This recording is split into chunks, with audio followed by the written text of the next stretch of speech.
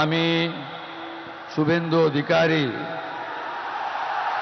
ঈশ্বরের নামে শপথ করিতেছি যে বিধি দ্বারা স্থাপিত ভারতের সংবিধানের প্রতি আমি অকৃত্রিম নিষ্ঠা ও আনুগত্য পোষণ করিব।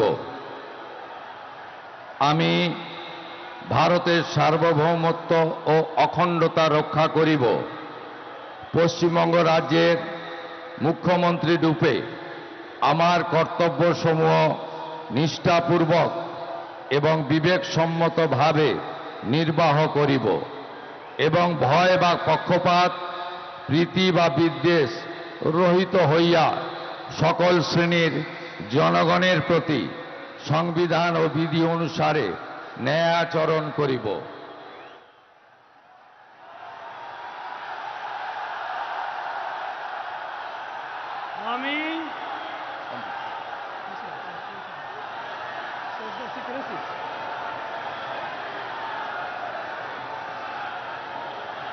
আমি শুভেন্দু অধিকারী ঈশ্বরের নামে শপথ করিতেছি যে পশ্চিমবঙ্গ রাজ্যের মুখ্যমন্ত্রী রূপে যে কোনো বিষয় যাহা আমার বিবেচনার জন্য আনীত হইবে বা আমি জ্ঞাত হইব, তাহা মুখ্যমন্ত্রী রূপে আমার কর্তব্যসমূহের যথাযথ নির্বাহের জন্য যেরূপ আবশ্যক হইতে পারে তদ্গতিকে আমি প্রত্যক্ষ বা পরোক্ষভাবে কোনো ব্যক্তি বা ব্যক্তিগণের নিকট জ্ঞাপন করিব না বা প্রকাশ করিব না।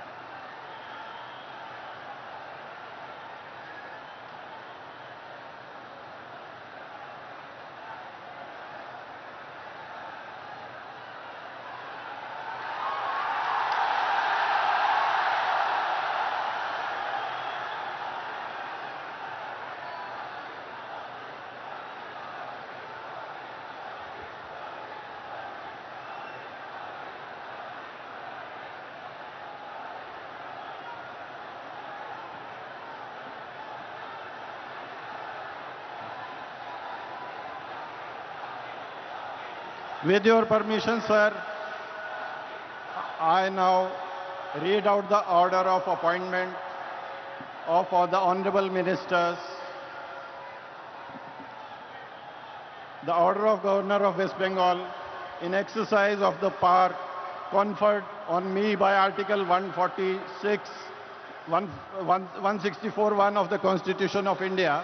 I, Shri R.N. Ravi, Governor of West Bengal, on the advice of Shri Shubhendu Adhikari, Chief Minister of West Bengal, hereby appoint the following persons in the Council of Ministers for the State of West Bengal: Shri Dilip Ghosh, Shrimati Agnimatra Paul, Shri Ashok Kirtinia, Shri Khudiram Tudu, and Shri Nishit Pramanik. May I now request Shri Dilip